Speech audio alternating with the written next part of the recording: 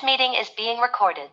Damas y caballeros, ya ni siquiera yo tengo que presentarnos, tenemos un bot súper automatizado de Roberto, que cada que ustedes lo escuchen sabrán que ha comenzado el curso del sistema monetario con su querido cripto compadre César Oski Cosío y el buen Roberto Magaña, como siempre, aportando cada viernes aquí contenido de valor para que ustedes puedan ir aprendiendo mucho más, pues bueno, del sistema monetario. Hoy vamos por el episodio número 4, si mal no, sí, exactamente el episodio número 4, donde la semana pasada hablamos sobre un poquito la inflación, el patrón oro, dónde terminó el oro, que a mí se me hizo súper interesante todo ese movimiento, quién le robó a quién, y al final fue como, o sea que todo está ahí, y si no lo han escuchado, no les vamos a decir en dónde está, para que vayan ahora mismo y que tomen esto como unas clasecitas, tal cual. Y además, lo bueno es que mi querido Roberto ya está de regreso en México. Acuérdense que los primeros 3 episodios estuvo en la única ciudad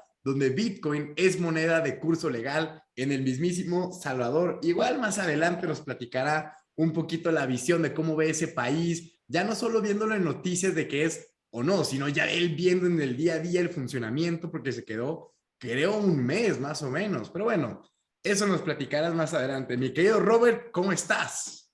Muy bien, muchas gracias, César. Al final sí, la verdad estuvo muy padre ese viaje, digo, fue una experiencia, digo, también verlo de cerca, porque uno se imagina, ve la noticia y uno piensa que ya está todo implementado.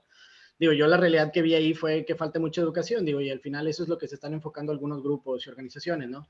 Me refiero porque llegas a un restaurante y la gente no sabe que puedes pagar, por ejemplo, o sea, está la aplicación de Chivo, y te dicen pago con Bitcoin y te dicen no, tiene que ser con dólar en Chivo, y no saben que la misma aplicación tiene un intercambio automático. Por ejemplo, tú pagas en Bitcoin y ellos lo pueden recibir en dólar.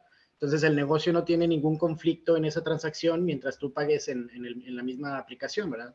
Ya, pero claro. les tienes que explicar esto a la gente, o sea, ni siquiera ellos mismos que están usando las aplicaciones y todo saben cómo funciona muchas veces, y te tienes que detener y explicar, y hay unos que de plano te dicen que no y listo. O sea, entonces sí hay un tema de educación ahí todavía que falta, porque te lo aceptan en Chivo, pero en dólares, no en Bitcoin como tal. Ya, como tal. Entonces ahí hay un tema con la aplicación y otras cosas. Entonces al final sí es interesante ver el desarrollo, la interacción, digo, porque al final ya se vuelve un tema de conversación, y eso yo creo que es lo importante. O sea, independientemente de que no esté todo implementado, al menos ya es un tema de conversación porque está pasando, porque llegas a los locales, uno sí lo tiene, otro no lo tiene, etcétera, ¿no? Empieza la competencia también. Entonces, esa dinámica está muy interesante. Pero bueno, Pues sí, esa fue la experiencia un poquito ya. ese ya no te la cuentan, tú la cuentas, así que qué Sí, bueno que te diste sí. la tarita de estar por allá y nos platiques. Ahora sí, cuéntanos de qué va este episodio número 4. Vale, sí, digo, al final el pasado estuvimos hablando de lo que es el fiat, la historia, la relación con el dólar, un poquito de la relación del oro en Estados Unidos, y bueno, el por qué no es escalable, un poquito de historia ahí. Y es importante, digo, porque al final si no conoces la historia, digo, estás condenado a repetirlo de alguna manera, ¿no? Entonces sí es importante entender ese comportamiento. Digo, empezamos con el tema de la inflación, que al final, en donde el dinero está controlado por un número determinado de personas, se convierte gradualmente en un socialismo monetario. Digo, y si te pones a pensar, eso es lo que está pasando, ¿no? Digo, al final hay 7, 8 personas, no sé cuánto es el board de la Reserva Federal, no me acuerdo, no sé si son 8 o 10, pero al final ellos deciden qué pasa con la política monetaria de Estados Unidos a puerta cerrada, ni siquiera son personas elegidas políticamente, y deciden lo que pasa alrededor de todo el mundo, ¿no? Entonces ahí es donde te das cuenta que hay un tema de centralización al final. Y como el dinero literalmente distorsiona todo lo que conocemos en base al mercado, en base a los precios, oferta y demanda, si controlas eso, pues estás controlando todo, ¿no? De forma indirecta. Entonces es importante entender al final que la productividad viene de ese reto constante y la insatisfacción del cuestionamiento de los métodos, que al final eso, cuando está limitado por visión de unos cuantos, se vuelve insostenible realmente en el tiempo, ¿no? Y eso es lo que estamos viendo realmente con lo que está pasando globalmente, ¿no? A nivel escala macro. Entonces, la meritocracia es una forma de gobierno basada precisamente en eso, en el mérito, y es como debería operar el mercado libre, digo, y es como opera cualquier cosa que tenga un incentivo de mejorar. Y si tú te pones a pensar en el fútbol, el que más mete goles, el que mejor tiene puntaje y demás, es el que mejor recibe sueldo, ¿no? Normalmente así es. Digo, no siempre, pero normalmente el enfoque a eso va. Entonces, eso mismo es, al final es meritocracia, en el sentido de quien hace mejor las cosas va avanzando, ¿no? Y eso no existe en el sistema monetario, hablando del fiat, digo, porque está controlado por empresas privadas a nivel internacional, y bueno, como ya vimos con todas las instituciones que mencionamos atrás, ¿no? Entonces, la meritocracia en esos sistemas monetarios no existe hasta la creación de Bitcoin, que ese es el punto, y la tecnología blockchain, que ahí es donde ya puedes empezar a poner en contraste y realmente tener una decisión propia de dónde quiero participar, ¿no? Y lo estamos viendo y no sé qué vaya a pasar con la moneda, el CBDC de México, por ejemplo, la moneda digital que saque el gobierno, porque al final eso les permite estar dentro de la meritocracia del tema blockchain que muchos otros países de Latinoamérica no van a estar, ¿no? Entonces también son herramientas para el mismo fiat poder desarrollarse dentro de ese sistema y de alguna manera salir adelante en esa guerra de empresas y de ecosistemas que vienen, ¿no? Entonces, Sí. bueno, lo que quería empezar, y déjame comparto ahora sí pantalla para ver cómo es que se distorsiona la pérdida de valor de cada moneda. Y eso Recuerden, lo quiero. damas y caballeros, que esto, además de que ustedes lo están escuchando en Spotify, pues también está en YouTube. Por lo tanto, si ahorita que esta parte va a ser un poquito más visual, de pronto no Sí, entienden o les dice Roberto, como pueden ver, aquí está subiendo y su imaginación todavía no está tan desarrollada como para ver lo que Roberto ve. Pues acuérdense que nomás se van al YouTube de John Wolves. En la descripción de este episodio hay un link que dice suscríbete al canal. Le das clic, buscas el video que diga exactamente lo mismo. Curso Sistema Monetario, episodio 4, y se quedan en la parte, no sé, que vieron y ya podrán ver un poquito las gráficas que estamos presentando. Ahora sí, perdón que te interrumpí. no, y tienes razón, porque la verdad, digo, los primeros tres fue mucha plática de las definiciones, de la teoría, del por qué, vamos, en el tiempo, lo que comentamos, cómo compararlo, y ahorita ya es verlo, como dices tú, en gráficas, en números, entonces digo, al final sí es muy visual. Pero el punto es cómo es que el fiat distorsiona todos los mercados. Y si te pones a pensar, y ya lo definimos, el oro es lo que representa el valor del dinero como tal, en sus propiedades y en el stock to flow, en ese sentido es el mejor dinero, ¿no? Que tiene la naturaleza. Entonces, al final, contra eso es contra lo que debemos de comparar. Y ahorita lo que yo quiero empezar a hacer es las comparaciones de cada uno de ellos contra las monedas más importantes, ¿no? Entonces, este gráfico es el oro contra el franco suizo. Y hago énfasis en el franco suizo porque el franco suizo, en este caso, el país siempre ha estado independiente de las guerras. Y lo comentábamos en su momento, que el fiat al final es una herramienta para los gobiernos. Dijimos que nada más tiene tres formas, ¿no? De confiscarte el dinero, que es en base a inflación, en base a impuestos y en base a bajar ellos el gasto, ¿no? Entonces, es la más fácil. Y al final el franco suizo nunca ha tenido esa necesidad porque nunca han estado involucrados en esos conflictos. Una manera de verificar en base a historia cuánto se ha degradado una moneda antes de que, por ejemplo, estuvieran en patrón oro y todo, era compararlo contra el franco suizo, por ese tipo de razones, ¿no? Entonces, bueno, el punto es eso, que al final el franco suizo ha perdido o perdió el 58% de su poder adquisitivo en 15 años contra el oro. Y eso es ahorita nada más la gráfica que alcancé a encontrar, pero si lo ves en el tiempo te darás cuenta de cuánto se ha perdido ahí también, ¿no? Y es al final el fiat más eficiente, por así decirlo. Otra forma de verlo es que perdió 35% de su poder adquisitivo cada 7.5 años. Entonces, lo que comentábamos, ¿no? Cada 10 años ya perdiste un tercio de tu poder adquisitivo si no estás haciendo nada, ¿no? Si no sabes dónde colocarlo, dónde invertirlo y demás.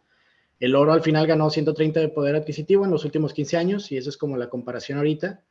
Ya cuando lo ves en gráfico, el dólar contra el franco suizo, en este caso el dólar se ve que va perdiendo valor, en este caso hacia la baja, y tú lo ves desde los 70, que es donde empieza la política inflacionaria más fuerte una vez se desprenden del patrón oro. En este caso baja hasta 53% en 12 años, en los siguientes 11 años otro 30%, en los siguientes 20 años otros 40%. Estos últimos 10 años ha estado de alguna manera, no diría estable, pero vamos, hacia el lado. Pero es el punto, ¿no? Hasta el mismo dólar está perdiendo poder adquisitivo. El punto es contra qué lo estás comparando, ¿no? Entonces, Y eso es el Roberto, punto. ya actualmente el franco suizo sigue siendo ese fiat de mayor respaldo, porque según yo, de mi poca o mucha experiencia, pensaba que era la libra esterlina. No. De hecho, la libra ahorita está perdiendo un montón de valor. Ese no lo tengo aquí, pero si quieres para la siguiente nada más lo sacamos como dato. Pero realmente el franco suizo es el que tiene el mejor desempeño y tiene sentido porque tienen la cantidad de reserva más grande per cápita de oro. Digo, sí, en este caso de oro, Ok. perdón.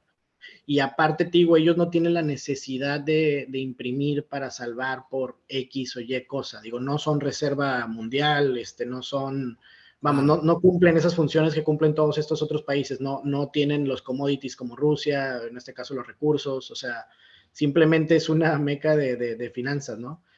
Y al final eso lo han sabido manejar de alguna u otra manera y se ve reflejado en esto, ¿no? Ese era como el punto. Digo, al final el dólar ha perdido el 83% de su poder adquisitivo en los últimos 50 años contra el franco suizo, ¿no? O el franco suizo ganó 350% de depreciación de valor contra el dólar. Entonces depende de dónde lo veas, ¿no? El punto es, obviamente, ya entendiendo eso, digo, es como poniendo un poquito las perspectivas de cómo se va perdiendo el valor dependiendo de contra qué lo compares, las gráficas del comportamiento del dólar contra el peso mexicano.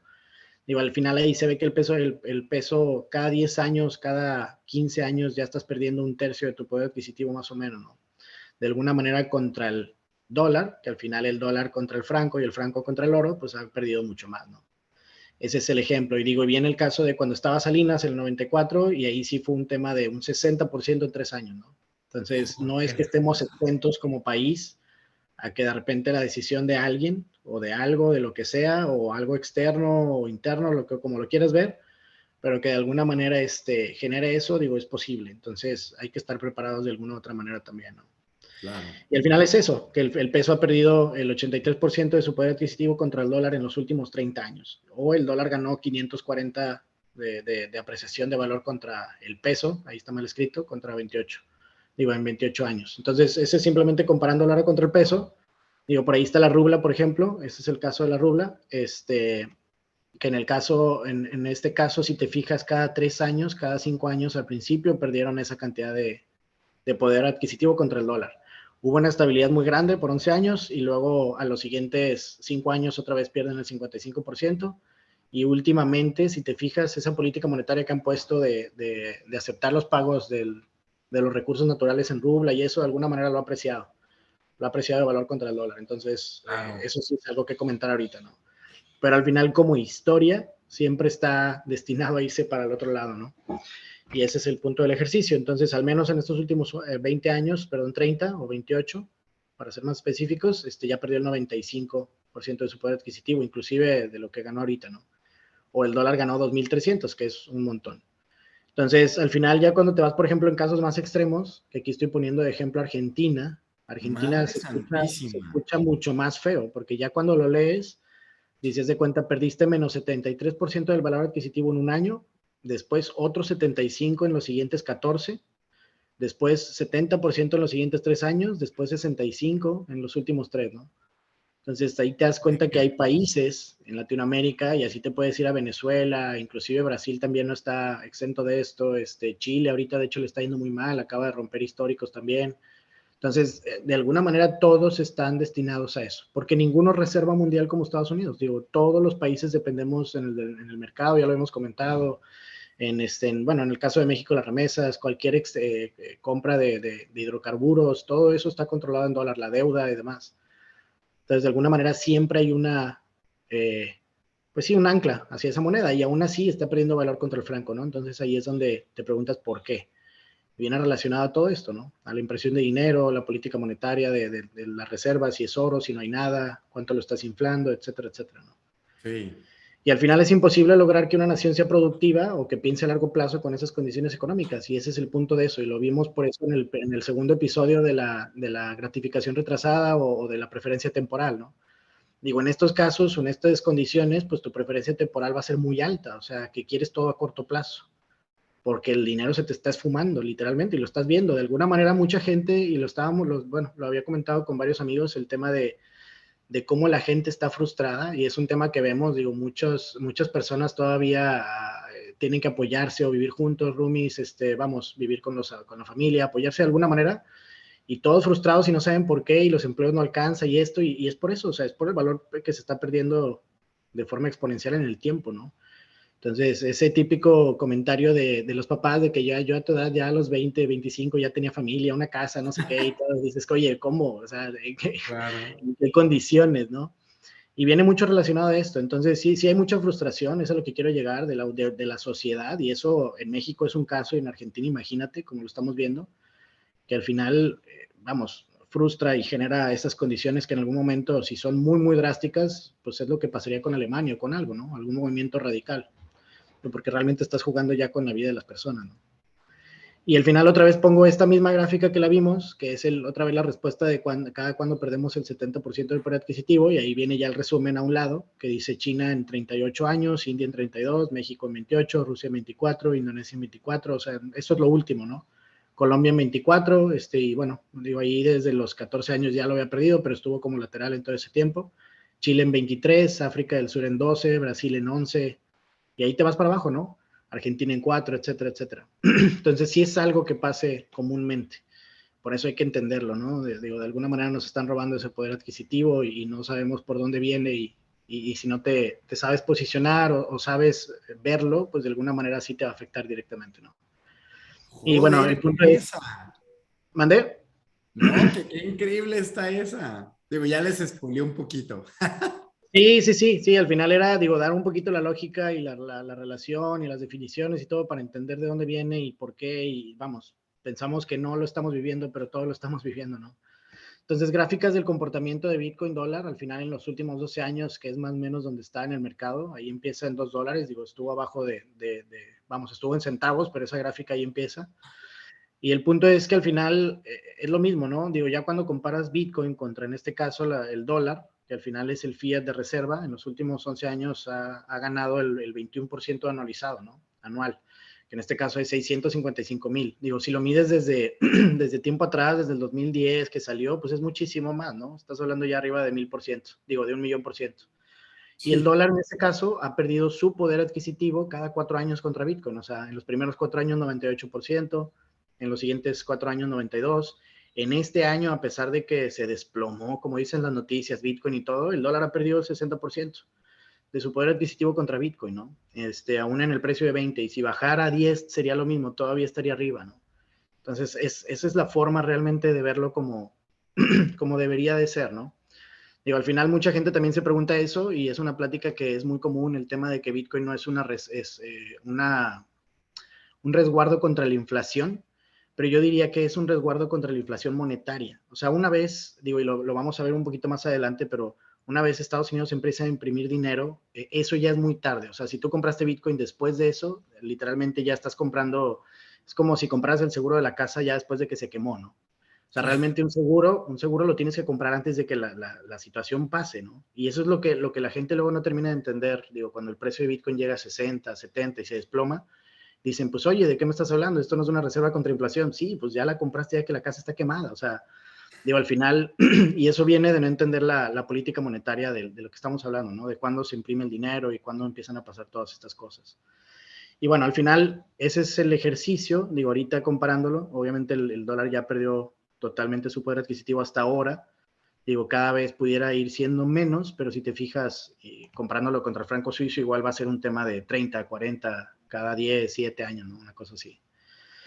Ese es el ejercicio, y digo, simplemente esta es una gráfica de comportamiento de Satoshis, y por ahí lo vamos a ver también más adelante, pero bueno, Satoshis al final yo creo que ya todo el mundo sabe que es como las decimales de Bitcoin.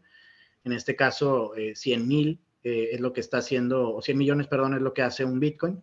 Y te ponen ahí la comparación, ¿no? De hace 10 años, que en el caso de un dólar eran 20 millones de satoshis y ahorita ya estamos hablando de 1,000, 2,000, 5,000, dependiendo del precio, ¿no? Pero ya es un rango bastante alto el cómo se ve el comportamiento cuando lo mides contra satoshis, que es lo mismo, ¿no? Y el punto de que los inversores realmente ven a largo plazo, no a corto plazo, que es lo que estoy comentando de cuando estaba en 70 para acá, ¿no? Hay que entender la historia, el comportamiento, contra qué compararlo, etcétera, etcétera, ¿no? Y bueno, este es el comportamiento al final del Satoshi contra el dólar en los últimos 12 años y es como ver la pérdida del poder adquisitivo, digo, simplemente en gráfica, ¿no? Del dólar. Y ahora te pones a pensar, digo, hablábamos de que el oro es la reserva por excelencia o por naturaleza, por las restricciones y las condiciones, características que tiene. Entonces te pones a pensar cuál es el comportamiento de Bitcoin contra eso, ¿no? El oro contra Bitcoin. Entonces, es lo mismo, el oro en este caso, si ves la gráfica, es hacia abajo, o sea, el oro ha perdido valor en este caso. El 99% en los primeros 2 años, el 99% en los siguientes 4, el 90% en los siguientes 4 y este año 55%. O sea, está muy pegado al dólar y ese es el punto, ¿no? Realmente el dólar, perdón, el oro también ha estado muy lateral, ¿no? Cuando en teoría, en estas condiciones macro debería estar subiendo de valor, ¿no? Por todo lo que da de reserva y de certidumbre. Y bueno, cuando lo macro es incierto, normalmente los inversionistas se van al oro, ¿no? Y no es lo que ha estado pasando.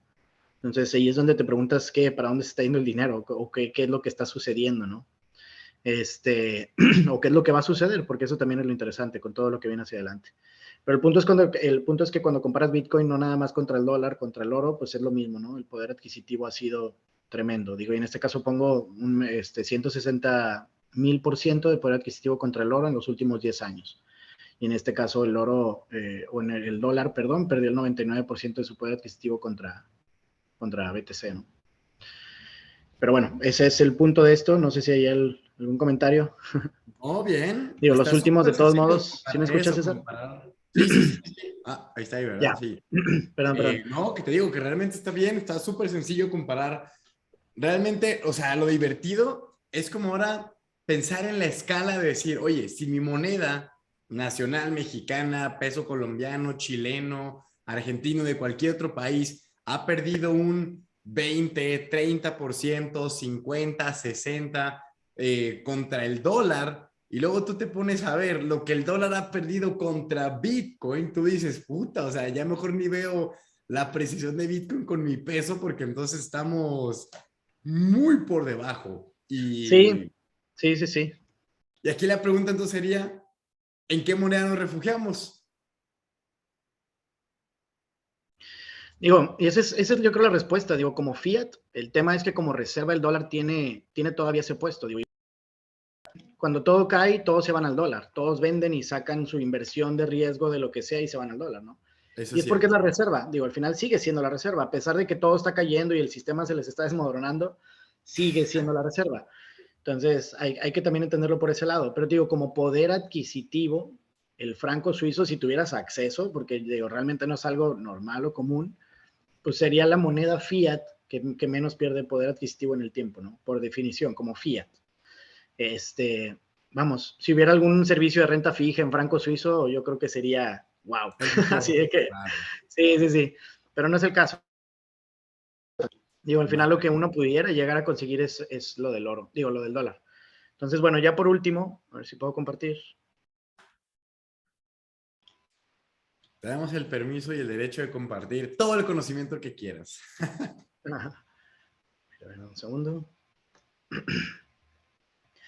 Digo, esto es lo mismo, digo, es al final Bitcoin contra el oro, pero en los últimos 24 meses, y eso es con el precio ahorita que está más o menos a 20, ¿no? Y es lo mismo, el oro ha perdido el 50% de poder adquisitivo, que es lo que se quiere comentar acá, ¿no? Digo, ¿cuánto dinero se ha impreso? Que ese es al final el punto de todo esto, o sea, al final el problema de todo este sistema monetario es la impresión de dinero, que en este caso es la inflación, o que es lo mismo como degradación de moneda, inflación de la reserva de valor, en este caso, ¿no? Entonces hay una frase por ahí que dice que al final los Estados Unidos imprimieron más dinero en junio que en los últimos 2 primeros siglos de su fundación. Entonces eso es lo que se tiene que entender como hiperinflación al final, de alguna u otra manera, porque, digo, es un conflicto, ¿no? La definición, perdón, la definición de Disculpen, hiperinflación, ya se fue.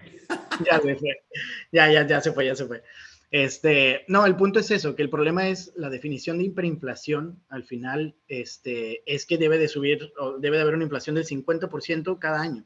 Eso es demasiado, ¿no? Es lo que estamos viendo en Venezuela, en algunos países ya de conflicto total, de crisis. Pero al final la inflación tiene ese poder, ¿no? Entonces es lo que estamos viendo en el tiempo, independientemente de cuánto sea, en el tiempo vas a llegar a ese punto que se vuelve exponencial. Es lo que estamos viendo ahorita con Estados Unidos, ¿no? Entonces, simplemente el déficit de deuda en este caso fue mayor que el total de la deuda incurrida desde 1776 hasta los 80, ¿no? Entonces hay una frase ahí como de sarcasmo que dice, con ese primer trillón derrotaron a los imperialistas británicos, compraron Alaska, compraron a Luisiana, derrotaron el fascismo, terminaron con la Gran Depresión, construyeron el sistema de autopistas interestatal y fueron a la luna, ¿no? O sea, eso es hiperinflación. Y al final ahorita ya el dólar no vale lo que valía en ese entonces, ¿no? Y no Claro. solo el 92% o en este caso 9 trillones es creado de la nada, sino aparte hay 21 trillones en crédito y deuda, que es lo que vamos a ver ahorita como M2 y M0, ¿no? Las definiciones del dinero, ¿no? Entonces, eso la verdad es que sí es impactante, o sea, sí es un tema de que tienes que ya una vez que puedes comparar, digo, la verdad es que hay mucho tema ahí. ¿Y cómo se ve en gráfica? Se ve así. Digo, esta es la gráfica de la Reserva Federal, del M0 que le llaman, de la base monetaria o lo que tienen ellos como activos. Y es eso, digo, antes del 2008, que fuera la crisis, en este caso inmobiliaria, pues ahí tú ves que era un poquito más plano. Digo, iba subiendo, pero no iba como ahorita, ¿no? Entonces, realmente desde ese entonces empezó la crisis monetaria, por así decirlo. Y empieza la hiperinflación de la moneda, que al final lo vamos a ver reflejado en todo lo que estamos viendo ahorita, conflictos, Estamos inflación. hablando del dólar específicamente en esa gráfica. No, sí, es la Reserva Federal, es lo que tiene la Reserva Ah, Federal, en ok. este caso como dólar, sí, todo es enfocado al dólar, correcto. Ok, nice. Entonces, el balance de los activos de la Fed se elevó 1000%, y aquí le falta un cero, se elevó a 1000% o 18% anualizado, que en este caso quiere decir de 0.9 trillones a 9 trillones en los últimos 14 años, ¿no? Entonces, eso es lo que se infló la moneda. Esta es la inflación monetaria. Ese es como el punto de la definición. O sea, es diferente hablar de inflación monetaria, que es esto, a hablar de una inflación del CPI, que es lo que te reporta el país, o en este caso Estados Unidos, y que es una canasta que ellos deciden que viene, etcétera, etcétera, ¿no? Entonces, esto es simplemente cuánto dinero existía y cuánto dinero existe ahorita en circulación, ¿vale? El tema aquí es que ahorita cuando vino la pandemia, eso fue en el 2020 hacia acá, digo, la Reserva estuvo comprando casi 1 billón de activos financieros cada minuto. Entonces, digo, ahí estás hablando de cantidades tremendas de dinero, realmente que inyectaron como capital, ¿no? Y eso se ve reflejado en los activos, que es un poquito de lo que vamos a hablar ahorita, ¿no? Y cómo detectarlo al final. Entonces, ¿cuánto aumentaron los activos como acciones en este periodo? Digo, no es casualidad que desde el 2008 se inició la política monetaria de la degradación, todos los mercados llegaron a récords históricos, ¿no? Y por eso viene el término de burbuja del todo, digo, has visto videos y yo creo que la gente habla de esto al final, pero es de que todos los activos ahorita están en récords históricos y eso le llaman igual a burbuja del todo. Y es derivado de ese dinero, ¿no? De ese dinero que se está inyectando como liquidez para comprar activos y subsidiar servicios, empresas, control de precios, entre otras cosas, ¿no? Ese es el problema realmente. Y al final, ¿cómo se ve? Se ve así. Digo, por ejemplo, ahorita lo comentábamos de las empresas, o bueno, de las instituciones, perdón, que son como las que gobiernan actualmente, la centralización del sistema que vivimos hoy en día, y por ahí está el Fondo Monetario Internacional, que al final es el que controla las políticas de inflación monetaria de cada país, ¿no? O no que controle, porque no manda, pero de alguna manera coordina. Y eso se ve así. Digo, aquí lo que estamos viendo en la gráfica es la roja, es la de la Reserva Federal de Estados Unidos. La azul es en este caso la de Europa. La B es la de Japón y la última, la naranja, no estoy seguro, no me acuerdo ahorita. Pero bueno, al final creo que es la de Asia, creo que es una de Asia, pero bueno, puedo estar mal en esa. Pero el punto es que al final controlan el movimiento, la impresión de dinero de los bancos centrales de forma similar. Y eso es para que uno desde afuera ve que el peso y el dólar siempre van compitiendo de alguna manera similar, o sea, no es tanta la diferencia, porque como ambos están depreciando, ambos tienen inflación monetaria, realmente ambos están perdiendo el valor al mismo tiempo o de alguna manera similar que no lo detectas, ¿no? Y ese es el juego que se está jugando realmente a nivel internacional, para que esto no se caiga, o sea, porque si realmente cada quien, digo, como en el franco suizo, demás, que al final también, otra vez regresó, como el franco suizo que al final se quede como reserva o como algo, pues no hubiera esa liquidez, no hubiera ese apoyo, ¿no? Digo, se vería, digo, y se ve cuando lo comparan, ¿no? Pero ese es el punto, que al final todas están controladas para crear esta confianza y esta, vamos, pues sí, esta yo creo falsa expectativa de que todo se está de alguna manera planeado y todos vamos a estar bien, ¿no? Ujú. Y cómo se ve al final, mira, si me puedo ir más hacia abajo, digo, ya cuando lo ves como una sola gráfica, como resumen es esto, el punto es eso, cuando tomas el promedio de todos los bancos centrales te das cuenta que la mayoría sigue el mismo camino de degradación o inflación monetaria, y en promedio el ritmo es el mismo. Eso, si le pones encima la gráfica, en este caso de la bolsa, que es el SP500, que es el que resume las... A ver, un segundo otra vez. Porque se ven...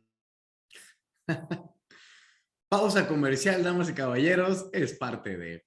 No crean que todo es lana, ¿eh? Sí, no, está cañón. Pero bueno, el punto es eso, que cuando pones la gráfica del comportamiento del SP500 encima de lo que sería la inflación monetaria promedio de los bancos centrales, te das cuenta que es lo mismo, es un pulso.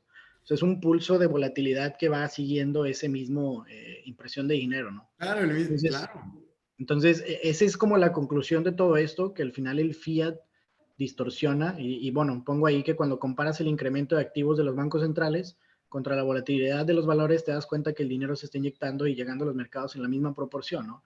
Haciendo crecer el precio del valor de dicha moneda, pero a su vez inflando y degradando las monedas fiat, haciéndolo perder valor contra lo que se le compare, ¿no?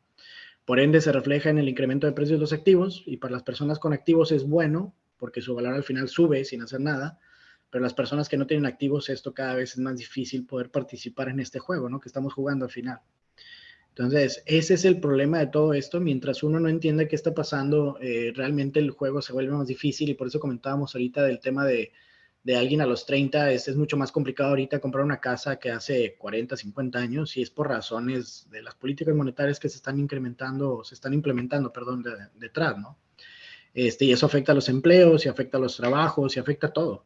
Entonces, de alguna manera distorsiona todo lo que con todo lo que interactuamos, ¿no? Y ese es como el mensaje en el cómo detectarlo, cómo verlo, contra qué compararlo, etcétera, etcétera, ¿no? Ahora, cuando comparas la apreciación de activos contra la inflación monetaria, por ejemplo, te das cuenta que el dinero, lo que contamos ahorita, ¿a dónde se fue? O sea, imprimieron todo ese dinero y realmente se está yendo parejo, o a dónde se está yendo, ¿no? Digo, porque el SP500 tú sabes que es un porcentaje de empresas, o sea, es un De las porcentaje de 500 Apple, es un empresas, de porcentaje. las pymes, como decimos en Ajá. México. Y se van en proporción al valor o al market cap de la moneda que estén invirtiendo, ¿no? Entre más tenga, más invierten, o sea, hay una proporción en ese sentido. Al final te digo, cuando comparas todas las empresas tech, el incremento que tuvieron en esos 14 años, que ya definimos que fue la inflación de 1000%, la inflación monetaria de 1000%, por ejemplo, Apple creció 3100%. En este caso, si lo pones contra la inflación monetaria, realmente creció 300%. O sea, si viviéramos en un mundo en donde no hubiera inflación monetaria y todo fuera plano, realmente no hubiera crecido 3100, sino hubiera crecido 310, ¿no? Y ese es el tema, que al final, ¿cómo lo está distorsionando? Microsoft creció 1200 en esos 14 años, o sea, prácticamente la inflación monetaria. Walmart, 83.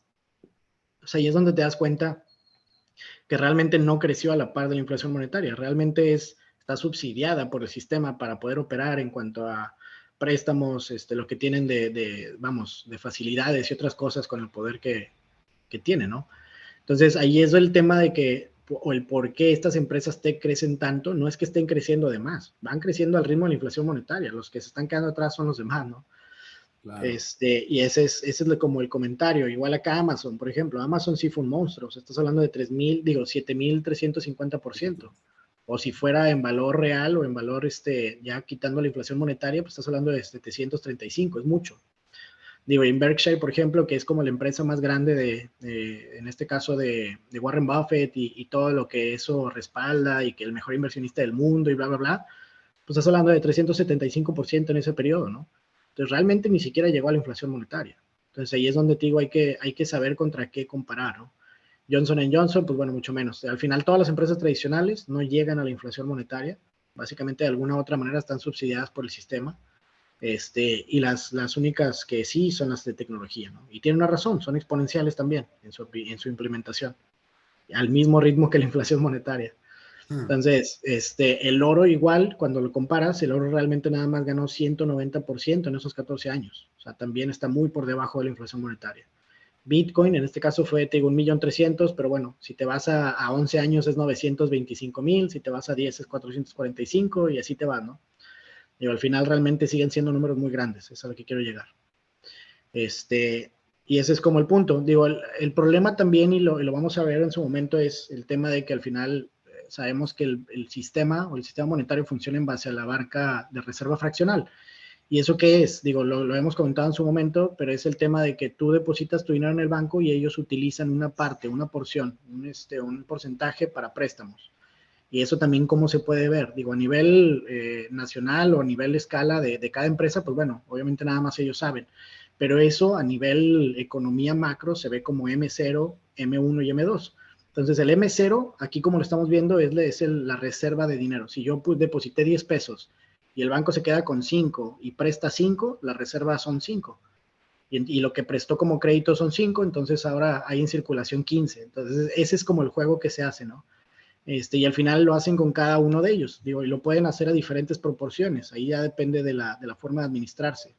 El punto es que cuánto dinero en crédito o sobre el dinero hay en circulación, que es el M2, estamos hablando de 21.7 trillones. Entonces, la base es 8.9, o 9 si lo redondeamos, 9 trillones, que es el M0, y los que existen como crédito y deuda son 21.7. Eso es un ratio o es una relación de 41%. Digamos que el 41% del dinero existe y el restante está prestado y jugando como ese juego de crédito y deuda, ¿no? Entonces, en los 60 eso eran 300 billones. Es un incremento de 1.400% en 60 años, o 7.5% anualizado. Eso es lo que ha crecido el M2, o sea, el dinero que está en circulación como crédito y deuda. Y ese es el Ponzi que tienen que mantener. O sea, al final esto es un Ponzi, si te das cuenta, ¿no? O sea, porque el dinero no está, ya no está, pero se tiene que mover para que la gente no sienta que ya no está. ¿Sí me explico? Y lo mismo es Sí. un Ponzi. Digo, los de networking de Ponzi así funcionan. O sea, mientras haya gente que esté inyectando dinero y que se esté moviendo, y puede regresar esos pagos grandísimos y demás. Pero una vez ya no hay esos ingresos, pues ya la pirámide de comisiones no se puede mantener, ¿no? Entonces, es lo mismo a nivel escala, la verdad. Digo, ya cuando te pones a verlo de esa manera, ¿no? Porque realmente tienen la decisión, o sea, pudieran simplemente no imprimir dinero. Digo, no es que no puedan, ¿no? O sea, sí se puede. Digo, nada más que es una respuesta muy sencilla, ¿no? Y por ahí, por ejemplo, hay unos videos muy buenos de Milton Friedman, si no lo han visto, se los recomiendo también, explicando esto desde los 70s. O sea, esto no es nuevo. Y es por eso que digo que la historia es importante, porque al final esto ha pasado cada vez, o sea, en todos los imperios y cada imperio, en cada periodo, o sea, todas las personas aprenden lo mismo una y otra vez, ¿no? Y no se ha aprendido la lección, que ese es el problema. Digo, crecimiento del Producto Interno Bruto contra deuda, que es simplemente hacer la relación de que la deuda ha crecido mucho más que la productividad, porque uno puede decir o puede tener el enfoque de que si pido prestado para algo productivo es bueno, y la verdad es que sí. O sea, si tú pides prestado para hacer algo que realmente te deje, por ejemplo, para invertir en, no sé, algo productivo físico, que produzcas algo y lo vendas y crees algo a la sociedad, pues es muy bueno. Pero O realmente el deja punto tú es que no crear es algo así. O físico sea, y la bueno deuda ha para la crecido sociedad. más que lo que ha crecido Sencillamente con poder pedir un Sí, sí, sí. préstamo que por lo menos supere la inflación ya de tu país. Por ejemplo, si tú pides un préstamo y tú sabes Claro. que por lo menos la tasa promedio de inflación anual es de un 6, 7, 8%, pues tú tendrías que buscar algo que con ese mismo dinero en el año, digo, quitando los intereses que te cobra el banco, puedas generar arriba de ese 8 o 9%. Si tú, por ejemplo, Pero sabes que fíjate, pasas del 8 y ganas un 12, un 13, pues tú ya vas un 4% arriba de todo lo que ha pasado con la economía. Y eso es, yo también creo que importante. no, es súper importante porque es todo lo que estamos hablando, o sea, tienes que entender de dónde viene todo eso para buscar dónde poner tu dinero, pero cuando te pones a pensar no debería de ser. O sea, si el dinero no tuviera inflación, que es a lo que quiero llegar, no habría este juego de buscar inversiones que te dejen más dinero que la inflación y que sea especulación de alguien Claro. más que está buscando, bla, bla, bla, ¿sí me explico? Uh No habría -huh. ese incentivo. Siempre habría la necesidad de inversión y siempre va a haber alguien que pueda organizar y hacer, ¿no? Ese servicio siempre va a existir, pero el incentivo sería mucho menor y ese es como el punto de todo eso, ¿no? Y al final, como individuo, eso es lo mismo, lo que tú comentas, pedir un préstamo para hacer algo productivo, pues tiene mucho más impacto que pedir un préstamo para ser inversionista, ¿no? A menos de que esa inversión sea algo productivo, ya sería Claro. como algo indirecto, pero bueno, esa es la idea. El punto es que como gobierno Estados Unidos no ha sido así, ha subido más la deuda de lo que han subido la producción y ese es como el mensaje, ¿no? O sea, ese tampoco es la respuesta de que funcionó, pues no funcionó. Ahora, digo, ya un ejemplo muy marcado es los mercados globales medidos en su moneda local. Y eso yo lo quería hacer porque al final era como lo que te digo, la distorsión del fiat. O sea, es bien importante entender todo lo que se distorsiona, porque si te pones a pensar es cómo medimos, por ejemplo, te digo yo porque soy ingeniero civil, ¿no? ¿Cómo mides algo para construir? Pues tienes un sistema métrico definido de cuánto mide qué, ¿no? Acá el problema es que, o sea, nosotros mentalmente medimos contra el dólar y el dólar se está moviendo. Entonces, ¿contra qué estás comparando, no? Ese es el punto, ¿no? ¿Cómo construyes? ¿Cómo enfocas? ¿Cómo puedes planear con algo que se está moviendo todo el tiempo y tú no controlas cómo se mueve, ¿no? Ese es como el mensaje de todo esto, que al final sí es un problema. Entonces, mercados globales medidos en la moneda local, ahí tú puedes ver porcentajes de crecimiento. A India le fue muy bien, por ejemplo, desde el 2008. Estados Unidos obviamente es como la potencia, y Japón, y bueno, todos para abajo han perdido, ¿no? O han estado, digamos, de alguna manera un poquito menor, ¿no? Ya cuando lo comparas contra el dólar, que en este caso es lo mismo, te das cuenta que realmente no fue así. El tema es que India hiperinfló su moneda más. O sea, eso no significa que haya crecido más, simplemente imprimió más. Ya cuando lo ves contra el dólar, digo, realmente no es lo que ha crecido, ¿no? Entonces, digo, ese es el tema de cómo o contra qué se mide y cómo se reporta. Esos son problemas. Y yo digo porque aquí Obrador puede hablar de muchas cosas, pero realmente qué están haciendo detrás con la política monetaria es lo interesante. Digo, puedes hacer mil y un inversiones muy buenas como infraestructura y lo que quieras y dar dinero a todo el mundo y bla, bla, bla, pero ¿qué estás haciendo con la política monetaria? Eso es lo que realmente va a tener un impacto a la larga, ¿no? Porque ahí sí ya la gente, una sociedad puede construir sobre algo que no se mueve, que simplemente no se mueve y sobre eso puedes tú ya crear otra dinámica de oferta y demanda, ¿no? Entonces, ese es el punto y cuando lo comparas contra el M2, que es lo que comentábamos de crédito y deuda, pues todos han estado negativos. O sea, realmente todos han perdido valor contra el crédito y deuda de lo que se estaba moviendo. Y ese es como el mensaje, que al final hay una distorsión total en dinero y se refleja en inflación y hay que saber cómo y contra qué medirlo, ¿no? Y bueno, el punto es que las políticas monetarias actuales crean esa apariencia, ¿no? Y digo, simplemente aquí el resumen de lo que está comentando acá es el incremento de la inflación en los artículos de consumo. Porque habíamos hablado en su momento, la inflación es un vector, o sea, la inflación como política monetaria, esa no cambia, esa es la base. Pero aún así, cada cosa, cada servicio, hablando de carros, casas, terrenos, vamos, todos los mercados tienen una oferta y demanda diferente. Eso crea una variación de precio, no crea una inflación, que es lo que mucha gente todavía no termina de entender. O sea, crea una diferencia o una apreciación de precio por la oferta y demanda como tal. Pero la inflación es otra cosa, ¿no? La inflación viene detrás del sistema monetario, de la política monetaria que está implementada, ¿no? Esto que está pasando en Europa, de que hay una restricción de comprar, por ejemplo, hidrocarburos de Rusia y demás, es una condición de oferta y demanda y que hace que cambie la apreciación del valor de ese activo, ¿no? Pero no es que haya una inflación, o sea, no es que se esté inflando de más o de menos y que por eso crezca el precio, ¿no? Simplemente es esa dinámica. Entonces, eso es como lo que quería dar a entender en este punto. Y al final que también vienen condiciones en contra de la gente que está buscando empleos, porque una cosa es lo que comentábamos hace rato, ¿no? De que puedes tener, o hay muchas, vamos, ya es muy normal que haya familias que vivan juntas o en algún momento por eso también fue necesario que las mujeres trabajaran y apoyaran, digo, independientemente de todo el movimiento, había una necesidad económica de hacerlo, y es por estas políticas monetarias, ¿no? Antes podía haber familias de 12 hijos y era normal, ahorita tener 12 hijos sería imposible, ¿no? O sea, para mantener toda esa parte. Y eso viene derivado de esto al final. También hay demografías detrás, pues, que están afectando a la oferta y demanda de lo que son los puestos. Digo, si te pones a pensar igual, vienen los baby boomers, hay 30, 40% más de gente de un día para otro. Después hay la necesidad y el movimiento y todo, que al final yo obviamente estoy de acuerdo en que las mujeres trabajen, pero simplemente es matemáticas, hay más personas buscando los mismos trabajos. Y también la parte de la tecnología que quita necesidad de trabajos en el campo, en las empresas, en muchas otras cosas que se automatizan. Y eso también crea más demanda de puestos, ¿no? Más personas buscando los mismos puestos. Entonces, todo eso también afecta en contra de lo que estamos hablando. O sea, hay más personas buscando lo mismo y hay más dinero buscando lo mismo, ¿no? Entonces, de alguna manera, los dos afectan en la forma de cómo interactuamos con el dinero y las cosas. Y el punto es eso, que al final imagínate un mundo, o sería bueno imaginarse un mundo donde el dinero es sound, que le llaman, o en este caso duro, que hablábamos de las propiedades del oro y demás, las propiedades naturales de lo que es el dinero, y que el precio realmente fuera abajo cada año y no arriba. Digo, las personas al final estarían recompensadas para trabajar y salvar o guardar en la misma moneda. O sea, porque ahorita no tenemos, digo, el incentivo de guardar en el peso es que ellos mismos te dan intereses con el dinero que imprimen. ¿Sí me explico? Claro.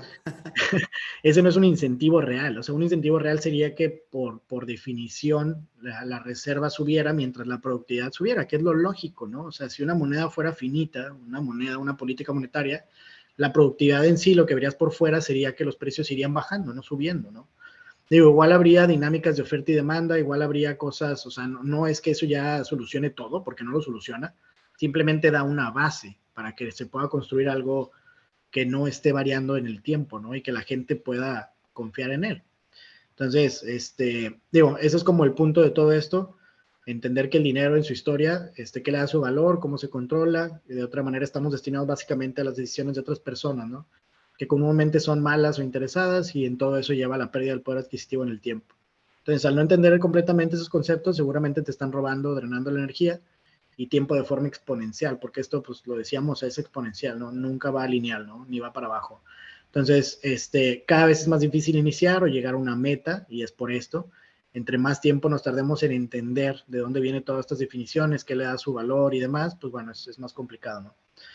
Y al final Bitcoin es eso, es el primer activo que cumple con todas las propiedades del oro, en este caso del dinero, y los mejora en pues, prácticamente todos los sentidos, y ese descubrimiento del cero absoluto en finanzas, que es lo que estaba comentando ahorita, o sea, es algo que tiende a cero, es algo finito. Digo, y eso nunca había pasado en las finanzas, y es lo que hablamos como inflación o como creación de dinero, ¿no? Inclusive el oro siempre tiene inflación. Entonces, de alguna manera no es finito tampoco. Y esto se debe y puede explicar, ¿no? Y es lo que vamos a ver más hacia adelante. Es importante primero entender todo esto, de alguna manera, cómo funciona el sistema tradicional, de dónde viene ese control de dinero, inflación y demás, como para decir, ok, entonces, ¿contra qué o qué está sirviendo, ¿no? ¿A qué viene a reemplazar? Digo, porque mucha gente dice que Bitcoin no tiene un uso, pero realmente el uso está ahí y es para lo que se inventó y es ser dinero duro, ¿no? Una reserva de valor.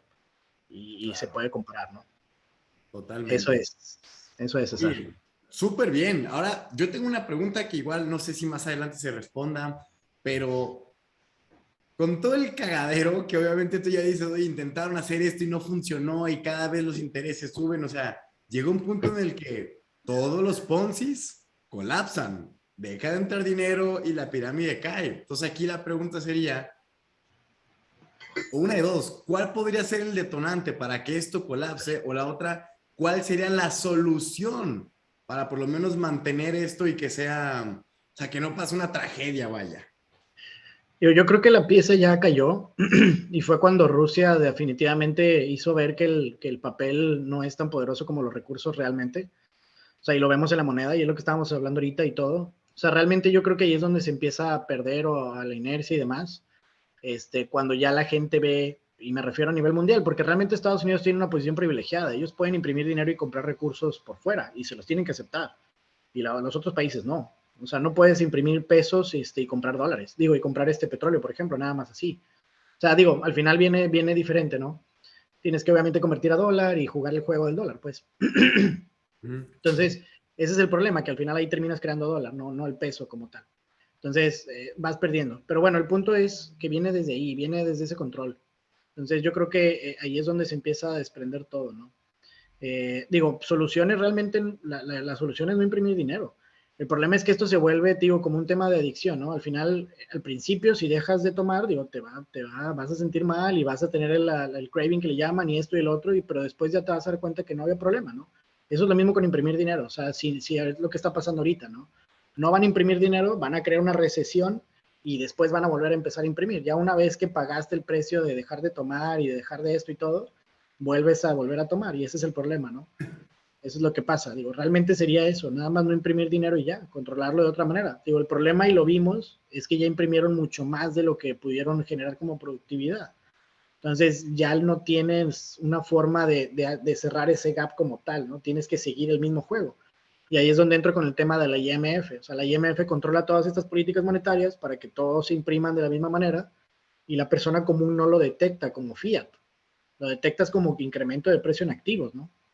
Claro. Entonces, ahí es donde está todo el juego que yo diría maligno realmente, porque lo es, o sea, está controlado y no hay necesidad de hacerlo, o sea, se puede no hacer. Digo, y ahí está Suiza, o sea, hay países que no lo hacen porque no tienen la necesidad, simplemente, entonces digo, solución, digo, si el gobierno no imprimiera dinero, Bitcoin no sería necesario, en pocas palabras, ¿no? Pero pues Mira, como no lo hacen, Bitcoin siempre va a ser la solución para esos países. Y y no lo va a dejar de hacer, ¿eh? O sea, tampoco no va a ser puede. algo de ya a partir del 2027 nunca más volveremos a imprimir dinero porque, claro, ya se volvió una adicción, se volvió algo de lo que muchos países dependen de si se imprime o no. Ya traen, tú dices, el juego del dólar, donde ya tienen que imprimir para seguir haciendo, pagando, creando deuda, comprando X cosa. Entonces, que si ellos paran, obviamente podrá ser un beneficio para la economía, pero en ese corto plazo les va a afectar todo y se va a ver como una recesión, como una catástrofe financiera y volvemos Claro, a lo mismo. Entonces, vaya, muy claro. de acuerdo. Y la verdad me asustó, pero bueno, me gustó. Fueron de esos sustos que dan gusto. La gráfica que compartiste, porque claro, tiene sentido. Que por más dólares que se imprime de la Reserva Federal de Estados Unidos, no, o sea, ¿dónde se fue ese dinero? Y tú ves el SP500 y tiene la misma relación. Entonces, se puede pensar que el SP500 o este tipo de índices y acciones, pues las infló el mismo país, ¿sí? Es un resguardo contra la inflación, que es lo que tú dices. O sea, es este juego de ser inversionista y al final darles tu dinero a ellos mismos, ¿no? Para Totalmente. salvarte del juego que ellos mismos están creando. Entonces, ¿te explico? Es un pay to win. Sí, no me acuerdo cómo estaba esta frase de te voy a cobrar impuestos para no hacerte lo que, o cómo era. Un tema así como del gobierno, pues, de que te cobran simplemente para no hacerte daño, pues, digo, para darte ese servicio. Pero bueno, Ah, digo, es bueno. eso al final, ¿no? La verdad es que sí, sí es un tema.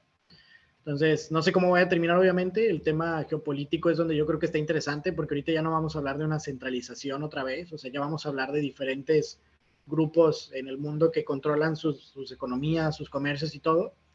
Entonces, no sé cómo eso se vaya a reflejar, ¿no? Digo, uno puede decir, el dólar nunca va a desaparecer, así como la libra esterlina dejó de ser la reserva mundial hace 200 años o 150, no sé, y sigue existiendo en el mercado y es una de las monedas más fuertes, ¿no? Independientemente. Entonces, no significa que el dólar vaya a dejar de existir o que América va a dejar de existir o lo que quieras, pero simplemente ya no va a tener ese privilegio como nación, ¿no? Que tenía. Entonces, digo, eso cómo se va a ver hacia adelante, pues va a estar interesante, ¿no?